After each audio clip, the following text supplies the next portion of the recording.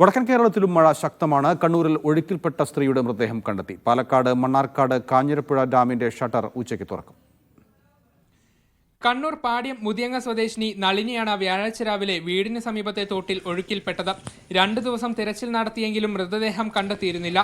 ഇന്ന് രാവിലെയാണ് മൃതദേഹം കണ്ടത്. ശക്തമായ മഴയും വെള്ളക്കെട്ടും കാരണം കണ്ണൂർ ജില്ലയുടെ വിവിധ പ്രദേശങ്ങളിൽ നിന്നായി 70ഓളം കുടുംബങ്ങളെ മാറ്റിപ്പാർപ്പിച്ചു.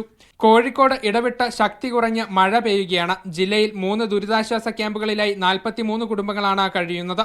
ഉരുൾപൊട്ടൽ ഭീഷണിയുള്ള വിലങ്ങാടാണ് ഏറ്റവും കൂടുതൽ ആളുകൾ ക്യാമ്പിലുള്ളത്. കക്കയം ഡാമിൽ ഓറഞ്ച് അലർട്ട് തുടരുകയാണ്.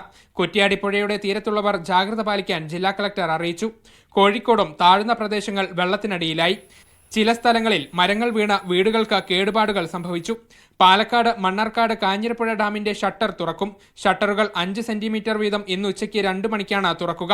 വൃഷ്ടിപ്രദേശത്ത് ശക്തമായ മഴ തുടരുന്ന സാഹചര്യത്തിലാണ് നടപടി.